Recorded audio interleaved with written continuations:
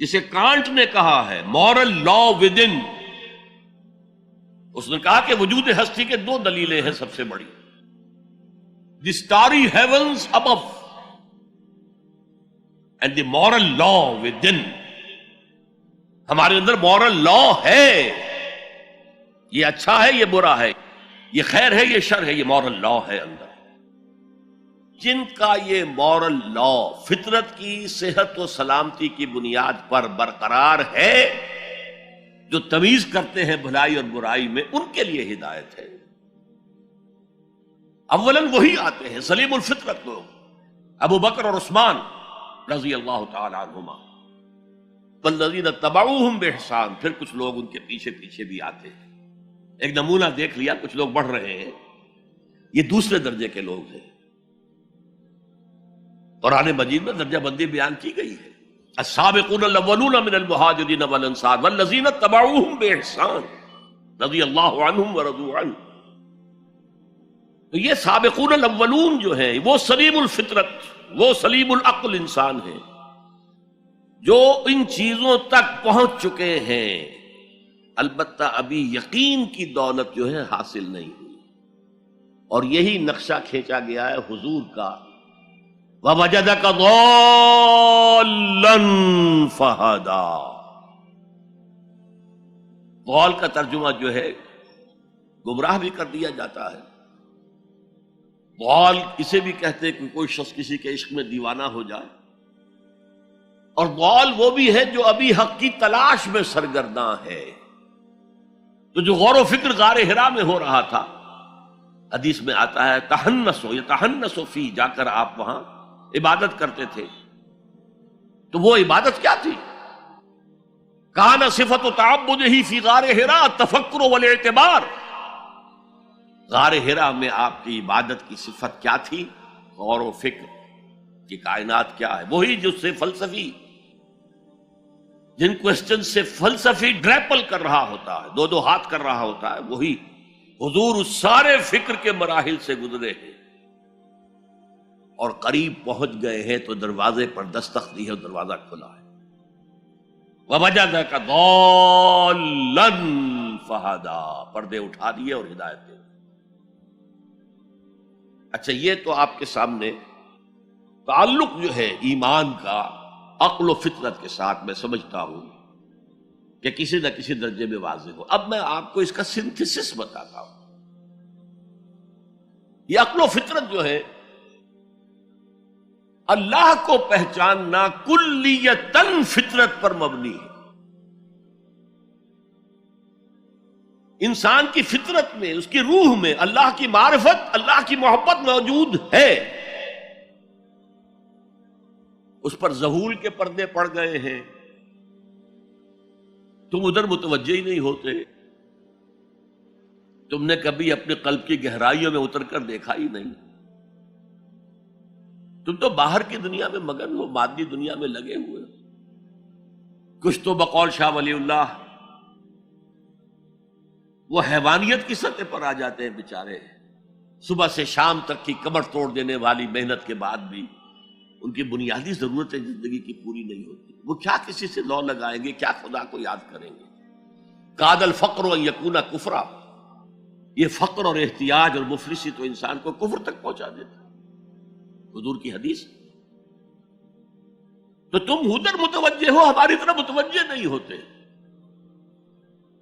حضرت ابراہیم کا قول کیا تھا؟ انی وجہت وجہی للذی فطر السماوات والارض حنیفا وما انا من المشرکین. اور یہ نماز کا افتتاح بھی ہے. انی وجہت وجہی، میں نے اپنا رخ سیدھا کر لیا ہے اللہ کی طرف، حنیف یکسو ہو کر، دائیں بائیں کوئی میری توجہ نہیں جا رہی. یہ ہے در حقیقت اس عبادت کا تقاضا، جو کہ شکر کا لازمی نتیجہ. اب اس کا سنتھیسس دیکھیے. میں نے کہا کہ سب سے پہلے ایمان باللہ وہ کلیتاً فطرت پر ہے. اسی لیے کانٹ نے یہ ثابت کیا، ایک کریٹیک آف پیور ریزن، اس کی کتاب جس نے ہنگامہ پیدا کر دیا تھا پورے یورپ میں، اس وقت تک کرسچینٹی ڈومیننٹ تھی اور مذہب ایک اہم عنصر تھا انسانی زندگی کا. اس نے کہا اللہ کے وجود کے لیے جتنے منطقی دلیلیں دی گئی ہیں سب غلط ہیں، میں سب کو کاٹ کر دکھاتا ہوں. جیسے ہم کہتے ہیں لوہے کو لوہا کاٹتا ہے، منطق نے منطق کو کاٹ دیا. There's no logical reason to prove the existence of God. A critique of pure reason، میں نے کہا تھا pure reason، عقل خالص جو فطرت سے رہنمائی نہیں لے رہی. وہ فلسفہ جو ہے اس کی منزل کیا ہے؟ ایگنوسٹسزم یا اسکیپٹسزم، لادریت یا ارتیابیت. پھر اس نے ایک کتاب لکھی بعد میں، کرٹیک آف پریکٹیکل ریزن. اس نے کہا کہ عملی طور پر انسان اخلاق حسنہ اختیار کر ہی نہیں سکتا جب تک کہ خدا کو نہ مانے. یہ نیسیسٹی ہے انسان کو کہ مانے. علامہ اقبال نے اس کو تسلیم کیا ہے، کانٹ کے اس دعوے کو. وہ ان کی کتاب ہے reconstruction of religious thought in Islam, کہ کوئی منطقی دلیل خدا کے وجود کو ثابت نہیں کر سکتی. متکلمین نے کوششیں کی ہیں لیکن دلیل دلیل کو کاٹ دیتی ہے، منطق منطق کا توڑ کر دیتی ہے. وہ صرف قرآن نے لفظ آیت استعمال کیا جو میں نے بیان کیا تھا. اس کائنات میں ہر شے اللہ کی نشانی ہے. جیسے آپ کو اپنے کسی دوست کی دی ہوئی کوئی شے دیکھتے ہی دوست یاد آ جاتا ہے، ایسے ہی آفاق و انفس میں اللہ کی نشانیاں ہیں. تمہارے اندر بھی اللہ کی نشانیاں ہیں. ذرا توجہ تو کرو، آفاق کو دیکھو، کھول آنکھ، فلک دیکھ، زمین دیکھ، فضا دیکھ. افلا ينظرون الى الابل كيف خلقت والى السماء كيف رفعت والى الجبال كيف نصبت والى الارض كيف سطحت فذكر انما انت مذکر. کیا یہ دیکھتے نہیں، غور نہیں کرتے اونٹ کو کیسے پیدا کیا گیا، کتنا اپنے ماحول کے ساتھ مناسبت رکھتا ہے. 7 دن نہ کچھ کھانے کو ملے نہ پینے کو ملے، اسے کوئی پرواہ نہیں. صحرا لقدق صحرا کا جہاز، وہ دیکھتے نہیں آسمان کیسے بلند کر دیا گیا، دیکھتے نہیں پہاڑ کیسے گاڑ دیے گئے، دیکھتے نہیں زمین کیسے پھیلا دی گئی. اے نبی آپ یاد دہانی کرائیے، یہ نشانیوں کی طرف متوجہ کر دیجئے. آپ سوائے یاد دہانی کرانے والے کے اور کچھ نہیں ہے. آپ کے ہاتھ میں اختیار نہیں ہے کہ آپ اللہ کو منوا لیں. یہ تو تمہارے اندر سے فطرت سے ابھر کر گواہی آئے گی. اب دیکھیے اس کے لیے آیت جسے میں یہ قرآن مجید کی طویل آیات میں سے، جیسے آیت البر ہم نے پڑھی تھی، ان فی خلق السماوات والارض واختلاف اللیل والنہار والفلک التي تجری فی البحر بما ينفع الناس وما انزل اللہ من السماء من ماء فاحیا به الارض من بعد موتها وبث فیہا من کل دابۃ وتصریف الریاح والسحاب المسخر بین السماء والارض لآیات لقوم یعقلون. یقیناً آسمان اور زمین کی تخلیق میں، رات اور دن کے الٹ پھیر میں، اس کشتی یا جہاز میں کہ جو ایسا سامان لے کر چل رہی ہوتی ہے جو لوگوں کو نفع پہنچاتی ہے، اور وہ جو اللہ نے آسمان میں سے پانی اتارا اور اس سے زمین کو اس کی موت کے بعد زندہ کر دیا اور زمین میں پھیلا دیے ہر طرح کے جاندار، اور یہ ہواؤں کا چلنا اور یہ بادل جو مسخر ہیں زمین و آسمان کے مابین، ان میں سے ہر ایک نشانی ہے، پہچانو. کیا مطلب؟ تم نے کسی مصور کی تصویر دیکھی، تعریف تصویر کی کرتے ہو یا مصور کی کرتے ہو؟ مصور کا کمال ہے، تصویر میں کیا ہے؟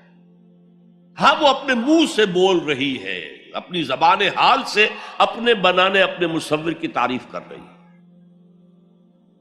تو کائنات کا ذرہ ذرہ اللہ تعالیٰ کی نشانیوں پر ہے. شیخ سعدی نے کہا، بڑا پیارا شعر ہے، برگ درختان سبز در نظر ہوشیار ہر ورق دفترست از معرفت کردگار.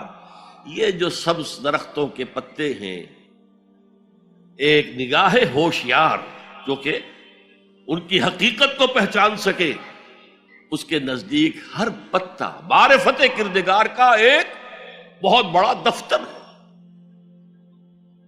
اور آج ہمیں معلوم ہے ہر پتا ایک فیکٹری ہے، فوٹو سنتھسس کا عمل اس میں ہو رہا ہے. سورج کی انرجی کو جذب کیا جا رہا ہے. برگ درختان سبز در نظر ہوشیار، ہر ورق دفتر است از معرفت کردگار. تو جو آیت میں نے آپ کو سنائی اسے میں نے نام دیا ہے آیت الآیات. اتنی آفاقی آیات کسی اور آیت میں جمع نہیں کی گئی جتنا بڑا گلدستہ ہے یہاں. ان فی خلق السماوات والارض واختلاف اللیل والنہار والفلک التی تجری فی البحر بما ينفع الناس وما انزل اللہ من السماء من ماء فاحیا به الارض بعد موتها وبث فیہا من کل دابۃ وتصریف الرياح والسحاب المسخر بین السماء والارض لآیات لقوم یعقلون. دوسری طرف تمہارے اندر بھی ہے سنوریہم آیاتنا فی الآفاق وفی انفسہم. بے دل نے خوب کہا تھا، یہ چوٹی کے شعراء میں سے رہے ہندوستان کے، یہاں تک کہ غالب کو کہنا پڑا کہ طرز بے دل میں ریختہ لکھنا اسد اللہ خان قیامت ہے. آسان نہیں ہے طرز بے دل میں اردو میں شاعری کرنا. وہ فارسی کے شاعر تھے. ستمست گر ہوست کشد کے بسیر سر و سمندرا تجھے غنچہ کم نہ دمیدئی در دل کشا بچمندرا. کتنے ستم کی بات ہے. تمہاری خواہش آمادہ کرتی ہے کہ چلو چمن میں دیکھو، پھولوں کی بہار دیکھو، درختوں کی بہار دیکھو، گھاس کے اوپر چہل قدمی کرو. ارے تم خود ایک پھول سے زیادہ کھلے ہوئے ہو. کبھی اپنے دل کا دروازہ کھول کر اس میں داخل ہو کر اپنے حسن معنوی کا مشاہدہ کرو. ستمست گر ہوست کشد کہ بے سیر سر و سمندرا تجھے غنچہ کم نہ دمیدئی. دمکتا ہوا غنچہ ہو تم خود در دل کشا بچمندرا. آیات الہیہ اندر بھی موجود. اچھا، ان آیات کے ذریعے سے اللہ کی پہچان ہو گئی، اللہ یاد آ گیا. تھا اندر موجود، اللہ کی علم اور معرفت موجود تھی، پردے آ گئے تھے، ظہور تھا. یا جیسے ایک جگہ کہا گیا کلا بل رانا علی قلوبہم، ان کے دلوں کے اوپر جو بھی بدکاریاں وہ کرتے رہے ہیں اس سے زنگ لگ گیا، حجابات آ گئے. شیخ علی حجویری رحمت اللہ علیہ، جنہیں داتا گنج بخش کہا جاتا ہے، اگرچہ یہ لفظ نہیں کہنا چاہیے، انہوں نے کتاب کا نام کیا رکھا؟ کشف المحجوب. جو پردے میں آیا ہوا ہے، اوٹ میں آیا ہوا ہے، اسے کھولنا. تم اوٹ میں ہو،